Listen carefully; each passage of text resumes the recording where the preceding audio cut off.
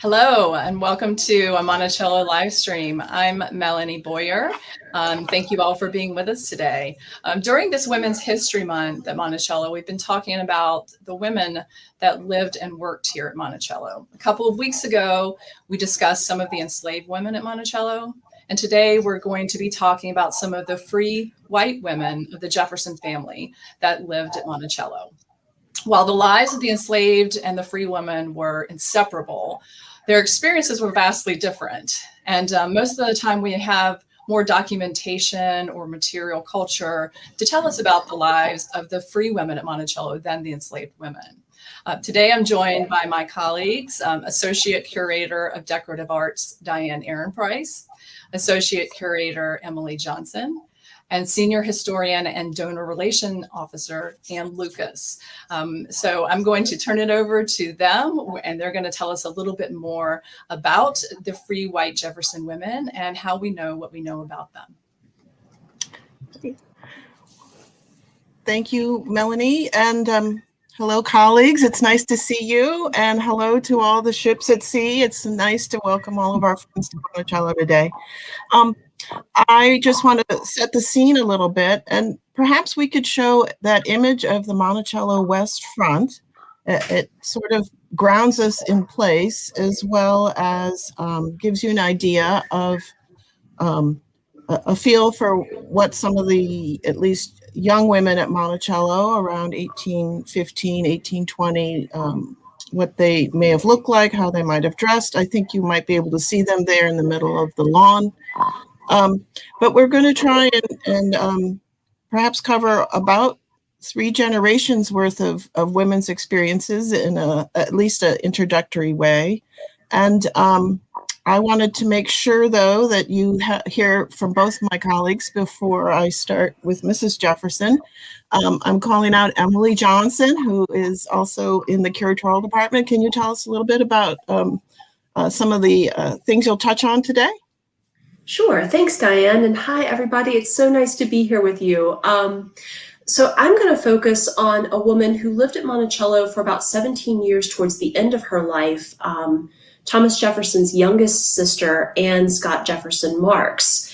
And she's somebody that one of the things that we'll talk about over and over again are the kinds of materials that we use to recover women's history. And these are objects when they survive, documents, letters, journals, account books, images when we have them.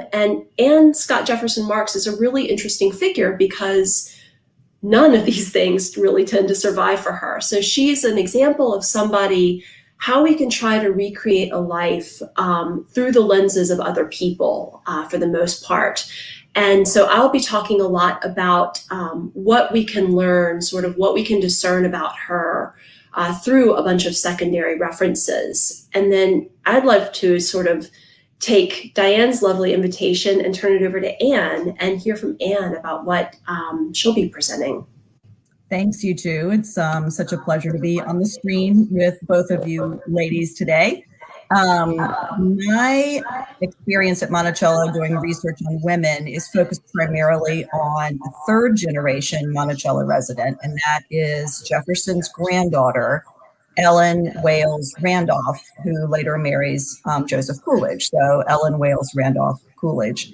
And I have the opposite problem that Emilie has, where I have way more documentary evidence than I can humanly process. And there are many colleagues hard at work on all of the documents that Ellen Coolidge and her family have generated for us, including my co-editor for Ellen's diary, Lisa Francavilla, and also Krista Dirkseide is working on Ellen as well.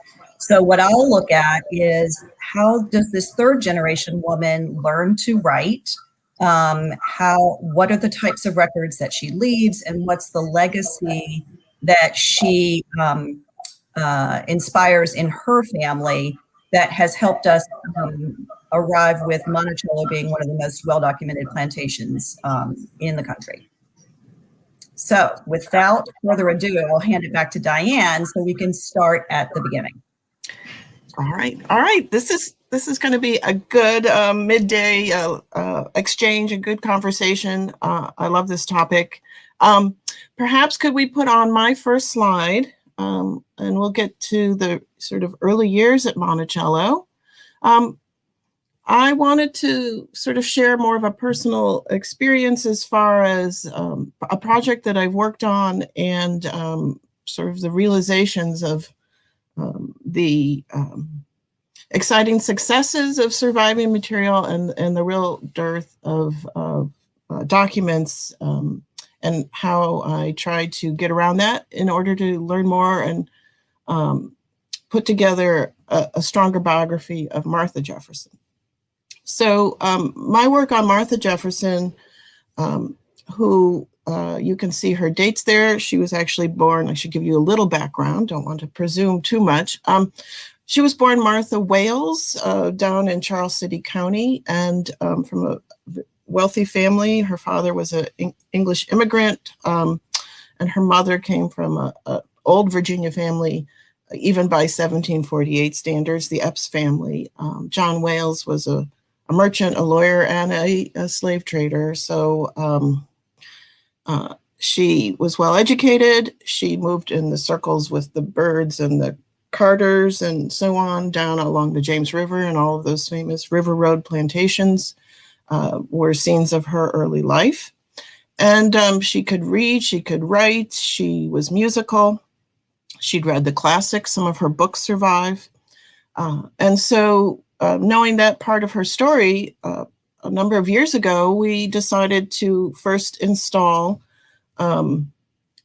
what we call today the South Pavilion. Many of you might recognize it as part of the attached to the main body of Monticello that you see today by a terrace. But originally this was a freestanding brick building, and we have a artist rendering of what that would have looked like around 1773 or 74. You see there at the top of the screen. It's a freestanding brick building. There was one room above and one room below, and Thomas Jefferson, Martha, and at least a couple of their children lived in this one room. Really, I'd like to point out to people, anyone who's been an urban dweller, it was akin to sort of living in a studio apartment, very comfortable, very fine living compared to the standard experience for other Virginians at that time. But while they were there, Jefferson had designed, and the enslaved builders were building what we call Monticello 1, and you can see a rendering of what that structure looked like. So I was charged with trying to find evidence for how this space might have been furnished. And this is when I started to come up against the realization that we don't have diaries from Martha Jefferson or really any of her contemporaries. There are very few letters that survive. And what we do have is sparse. So you have to be very careful. You have to be a close reader and pull some clues out of both what survives from her, which is an account book, which includes material about foodways at Monticello, buying chickens or eggs or produce from the enslaved, fabulous lists of housewares that were at Monticello around 1777. Clues from that list let me know that there was both a cradle and a crib used, because I could tell from the bedding that she lists, she identifies that there were both types of beds for infants at Monticello. So pulling all of that together and marrying it with Thomas Jefferson's surviving financial records, we were able to get a pretty good idea of how this space was used, and for our purposes, how it was furnished. So, tall bedstead with curtains and a tester, and also a chest of drawers that I will tell you a little bit more in a moment.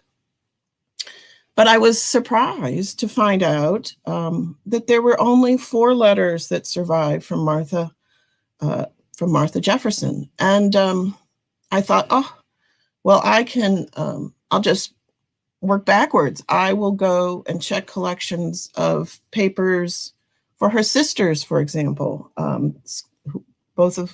One was Mrs. Epps, and one was, two of them were in the Skipwith family, and there were no papers to be found. And I tried this for a few other women who I thought Martha might have corresponded with, and came to the realization that others had already come to, that these letters were gone, that there probably had been letters, and they're just missing.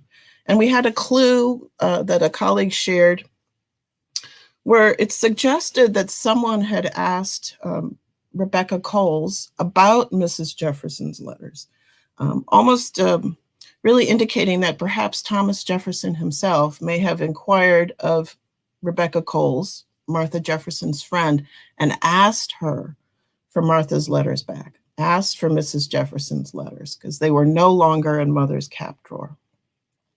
And it seems to be reasonable to think that Jefferson not only gathered up his own correspondence with his wife, but also went out and claimed letters that she may have written, collected it, and almost certainly destroyed it. This is not particularly unusual. Martha Washington destroyed her correspondence with George Washington. Their letters no longer survive. So it has, a precedent of happening. So so there's that takes away a women's history, women's voice, their own autobiography. When your letters are gone, you're really silencing someone. And of course, women were incredibly busy. Many women didn't have time to keep up a correspondence, even if they were educated and had access to writing materials. Didn't have time to keep a diary. It was just a rare practice in general. So we're already at a minus column compared to looking at the paper trail that many white men of a certain class leave behind. So, but there were these 4 letters, and the 4 letters really sent me on a very interesting project. I'm showing you one of them. This is all in Martha Jefferson's hand, and it was written on August 8th, 1780. And all of them are essentially pretty much the same copy. They're alerting contacts of hers, other women in Virginia in 1780. Just to point out, we're at the height of the Revolutionary War.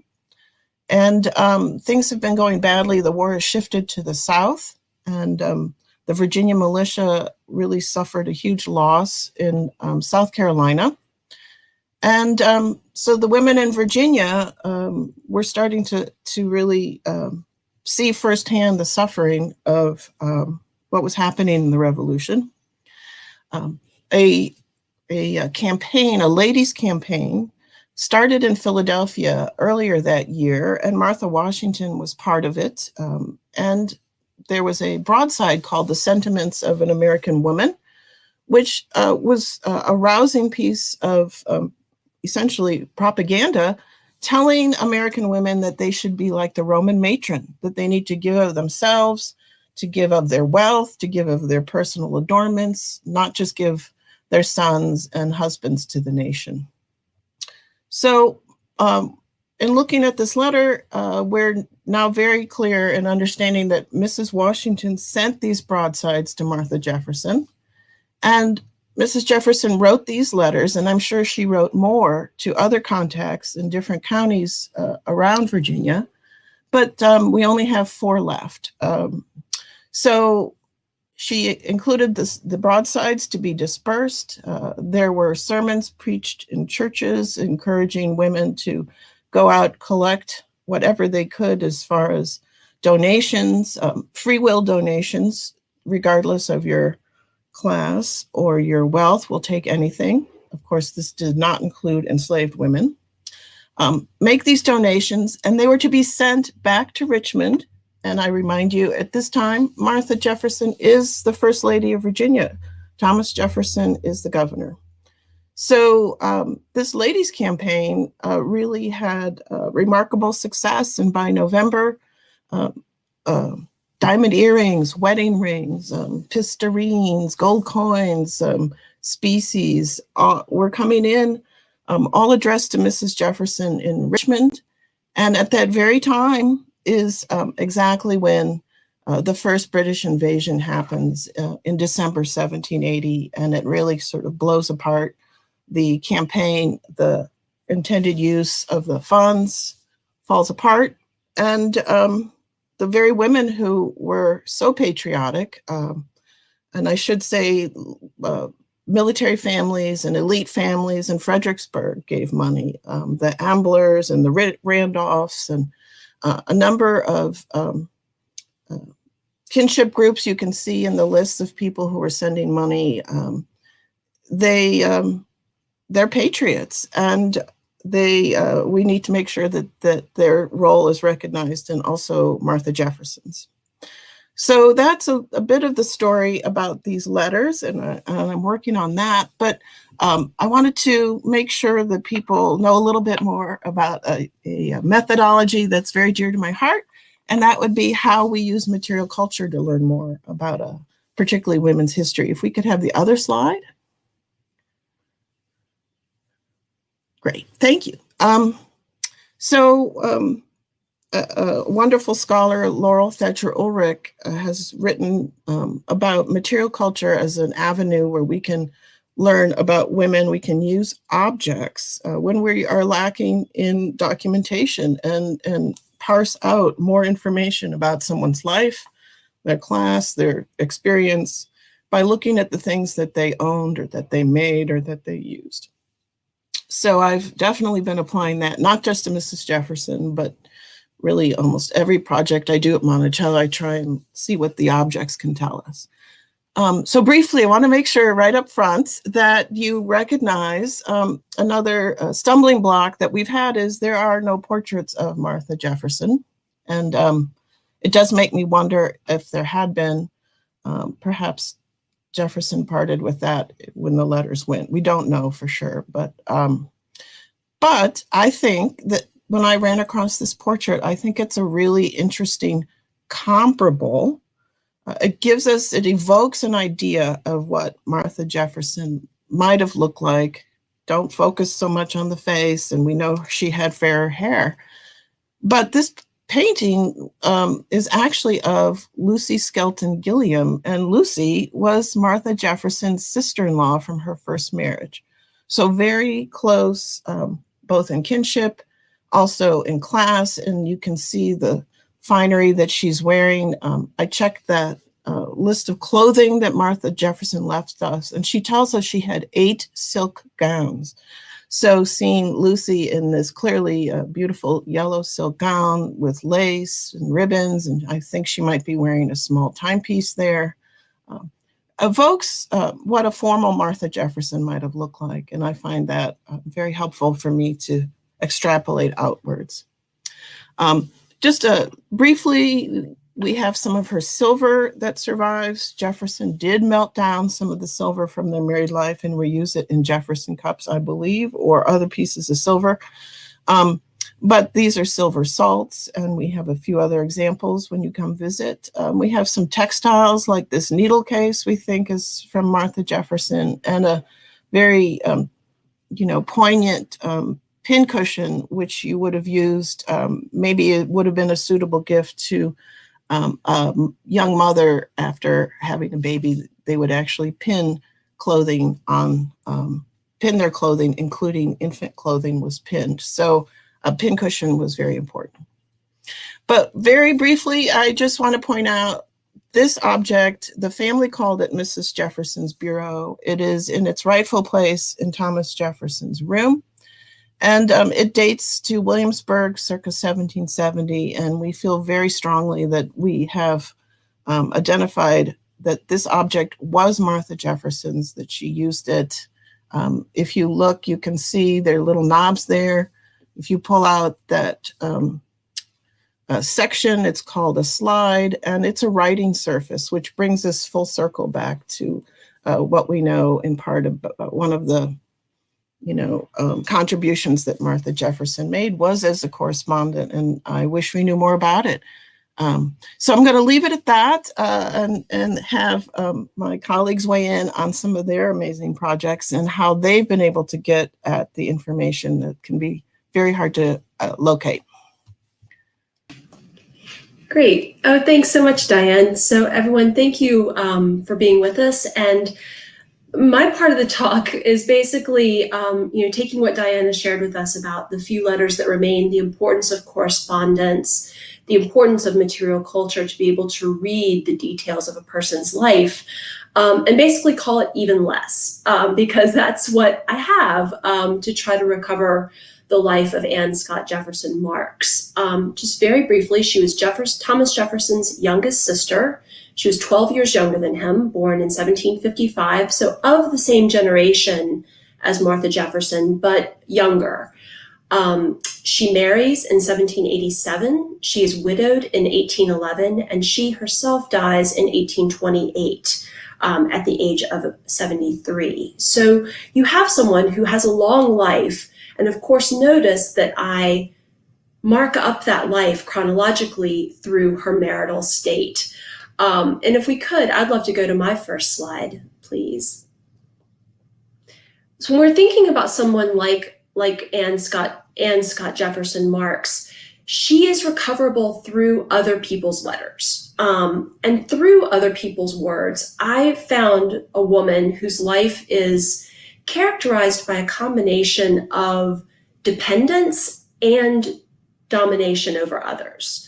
She is born to privilege, but she doesn't live up to the quote unquote feminine ideal of her time, that sort of Roman matriarchal power that Diane referenced in Martha Jefferson's correspondence. Throughout her life, she is findable, but she's constantly, one of the ways that she's findable actually is by tracing her interactions with enslaved people. She is active in the slave market throughout her life. She inherits a woman and her children upon at the death of her father when she's 2 years old. At the age of 24, she sells that woman and her children. And again, throughout her life, you see her relying on enslaved people to care for her, to make her comfortable, but also to rent and to sell when she needs money. I became interested in Scott Jefferson Marks because most of the mentions of her describe her later in her life. So my first question is, what was she like when she was younger? And through Jefferson's buying records, we see someone who Jefferson's buying things for his sister. And he's buying her curls in Williamsburg in the 1770s, hair combs, paste jewelry. He buys her a calico gown in London in 1786. And so we see someone who is sociable, who's out in the world. What does this matter? What can these little bits tell us? We see a young woman out in the world. She is clearly out in society. She's engaging with people. And you get, and her sister then describes her, a personality that is pleasant, that is cheerful, someone about whom her relatives felt tenderness. Again, these just kind of build out the details of a life. The only object, I'm showing you on the left, a press that's in Monticello. This is the only object that we have tightly associated with Scott Jefferson Marks. And this piece is known to us through a letter by her niece, who is giving this object to one of her daughters.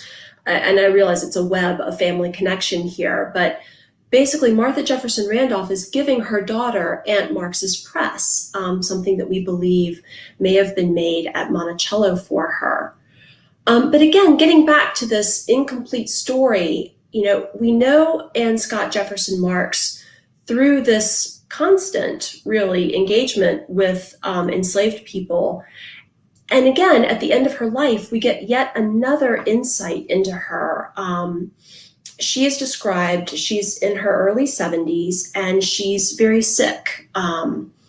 She has had a tendency for being a hypochondriac throughout the course of her life, but this time is actually real. She is really, really ill. And there's this really interesting and poignant description of her and a woman named Scylla, who is tending her.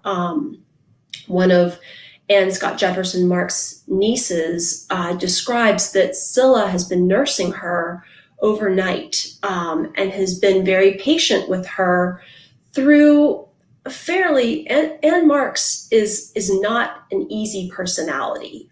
She is, as she comes across in the correspondence, she's a busybody. I mentioned she's a bit of a hypochondriac. She's in everybody's business. She is kind of pushy. And Scylla is described as bearing all of that ill humor with great patience. Of course, she had to as an enslaved woman, but these are women who, Melanie brought up the point that the lives of the white women that we're focusing on and enslaved women are really so tightly interconnected through the lens of Monticello. This is a woman who was 7 years younger than Anne Scott Jefferson Marks, Scylla was. They were born at the same plantation. These are women whose lives had intersected over the course of both of their lives and really coming again to touch towards the end of Anne Scott Jefferson Marks's life. If I can go to my next slide. One of the things, in the absence of direct correspondence, you can read people through others. And I bring up this interchange, also underlying the point that Anne Scott Jefferson Marks doesn't live up to the feminine ideal of her time. She's not a good household manager. And this underlies a lot of the comments about her by her nieces and nephews during her life at Monticello, her 17 years at Monticello. And it also underscores this exchange between Jefferson and his daughter, Martha Jefferson Randolph.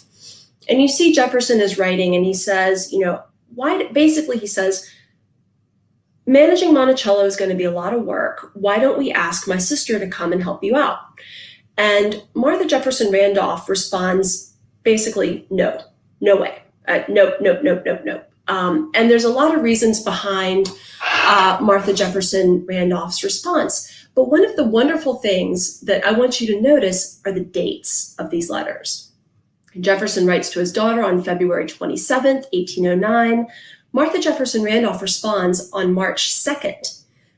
1809 is not a leap year. Jefferson is writing from Washington. He's not back at Monticello yet. So this letter from Jefferson leaves Monticello. Remember, it's a 5-day comfortable journey from Monticello to Washington, D.C. during this time period. The mail moves a little bit faster, maybe unlike today. But Jefferson's letter gets out of Washington, gets down to Martha, and clearly she sits down and pounds out this response immediately. This is a sense of the quickest reaction that we can recover between two people corresponding afar. So I love this because it shows the ways that we can use documents, even indirect documents, to get a sense about what people are really feeling, over this one episode, this one tiny episode in a life. But you have these three lives and these many lives all converging together. With that and being mindful of time, I want to be sure that we have space for our third presenter, for Anne Scott Jefferson Marks's great niece, Ellen, who didn't really think a whole lot of her, as I remember from the correspondence. I think that's probably true. So I want to tell the story of Jefferson's granddaughter, and I hesitate to use the word favorite, but I think it may, in fact, be applicable here. And if we could have the first slide, Melanie, I'll tell you a little bit about Ellen Wayles Randolph. So she's the fourth child of Martha Jefferson Randolph and Thomas Mann Randolph. She's born in 1796. And from the beginning, her mother says to Jefferson, Ellen is wonderfully apt. So she dictates her first letter to Jefferson in the fall of 1801. And just a few weeks after her 5th birthday, she writes to Jefferson when he is in the president's house. And by age 8, we're seeing her first letter on the screen that she writes to him there. And Jefferson responds by saying to Ellen, "You have 1,000 little things to tell me, which I am fond to hear." And he then goes on to say, "But other people can tell me certain details. Only you can tell me the following things." And my point is that he teaches her how to observe, and he teaches her how to write. And Jefferson schools Ellen from that moment on and rewards her for being a good correspondent. So she then writes to him about everything that's happening at Monticello while he's absent. Her letters will talk about bulbs that are sprouting, chicks that are hatching, anything that is going on the mountaintop, she's filling him in. So when Jefferson returns to Monticello in retirement, Ellen, along with her siblings and her mother, Martha, move into the house, and that's where the real education begins. Jefferson's giving her volumes of Shakespeare and Homer. He's giving her fountain pens that never need to be mended. He's giving her poems for her scrapbook. He has a writing desk made of his own design for Ellen from wild cherry wood. And this is made by the enslaved joiner John Hemmings.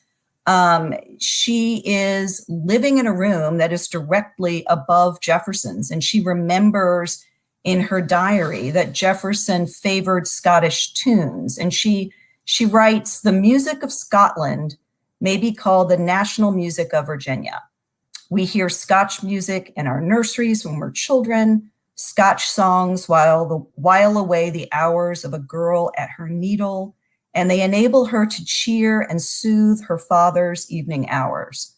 So not only is she talking about Jefferson, she's talking about herself and her siblings, and she's talking about her father, Thomas Randolph, who's a little bit of a forgotten man at Monticello because he's schooled in Edinburgh.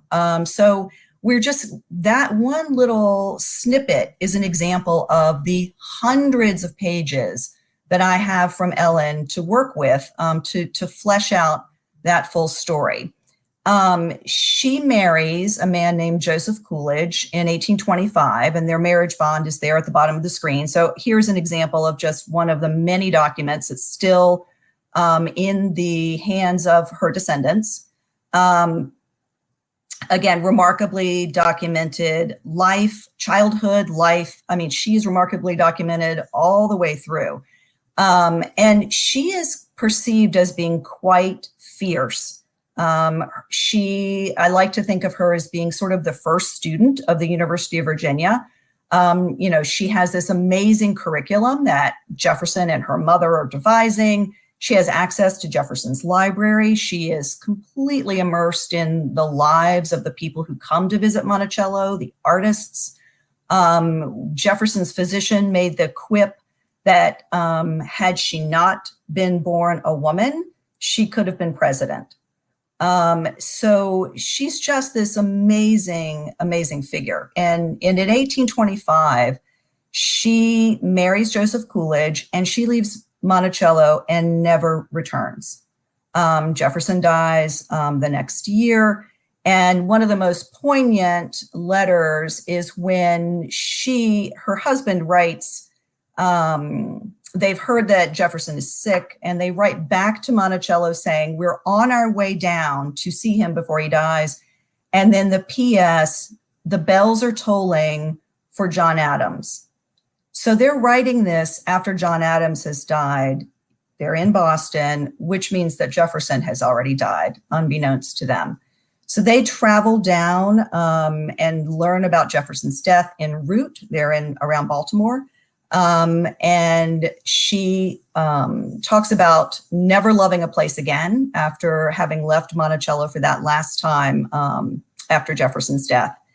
So one of the interesting pieces of material culture that's associated with Ellen is the desk that Jefferson wrote the Declaration of Independence on. And she comes to own that in a really interesting way. When she moves from Monticello to her new life in Boston, all of the furniture, all of her belongings is shipped. And en route, while she is going by land and is on her honeymoon, all of her belongings sink. And Jefferson, I think, is equally, if not more devastated than Ellen. And he sends the Declaration of Independence desk as a substitute for that desk that John Hemmings made her that sank en route. And she uses the Declaration desk to write her letters home. So that gives you a sense of how far we've come from her grandmother, whose letters are lost forever, to Ellen being not only encouraged, but equipped, almost demanded to document her life. Next slide, please, Melanie. So one of the things that she does that is so amazing is that she keeps a diary when she travels abroad. And I was doing some research for Monticello and came across this in the collection at the Massachusetts Historical Society. And it's a 400-page document that is just astonishing in its breadth. And from the diary, it's kept in 1838 and 39, we know that a little bit more about Ellen's maid, Sally Cottrell Cole, when she was living in Virginia. And the way we know that is that when she arrives in London, Ellen's husband has hired a maid for her, unbeknownst to her. And she was sort of surprised and taken aback by this idea of having a maid. And this is what she writes. She says, when I was a girl and living in Virginia, I had an excellent lady's maid who did everything for me. When I married and went to New England, where every lady is her own maid and waits upon herself and dresses her own hair, I felt as if I should never be able to perform such Herculean tasks. But in 5 minutes, I had relapsed into old habits, allowed my maid to undress and put me to bed the night of my arrival, and now cannot stick a pen or smooth a hair without her.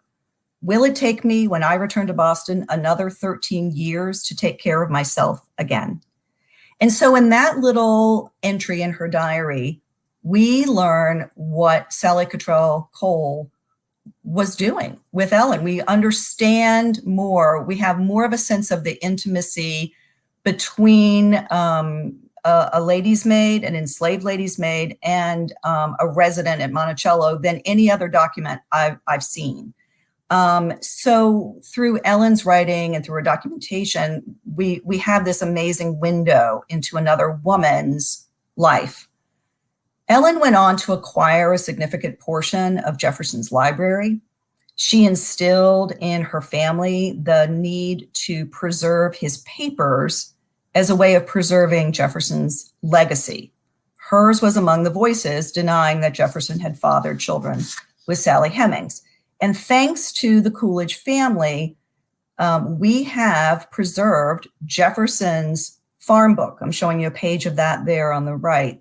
His garden book, his memoranda books, all of those drawings you see at the bottom, that's part of 400 pages, 400 drawings that the Coolidges obtained from their Virginia cousins. They were in an attic being eaten by mice and deposited at the Massachusetts Historical Society, where scholars still today use them as a way of learning more about every aspect, every imaginable aspect of life at Monticello, but also life at neighboring plantations, drawings for great civic monuments like the Virginia State Capitol and the University of Virginia. So Ellen's legacy, as I mentioned at the start, is that we have the great benefit of Monticello being the best documented plantation in the country, and the great duty and obligation as historians to interrogate this evidence. Every generation looks at it anew. Emilie and Diane and I talk a lot about how we might look at the same letter and find something new every single time we ask a question of it. So it's fitting to end with this great abundance of documentation that we have. And I'm happy to share the screen with my colleagues for questions from you. Well, great. Well, thank you. I've brought everybody back into this screen now. This was really fascinating. Thank you all for sharing this information. I selfishly have a question that I'm hoping to ask about descendants. When we had the live stream on enslaved women at Monticello, we talked a little bit about some of the descendants of the enslaved women, how they would carry on stories with oral history. Is it the same within the Jefferson family? Have the descendants been, you kind of touched on this a little bit, ones who've been keepers of the information and kind of telling us some of what we know? We are so fortunate to have the descendants of Jefferson still in contact with us. They formed an association in 1916 to maintain the cemetery, and we have, as a foundation, benefited from their generosity in helping us locate objects, but also definitely in sharing the oral traditions. And Diane and Emilie, you may have more to add on that front too.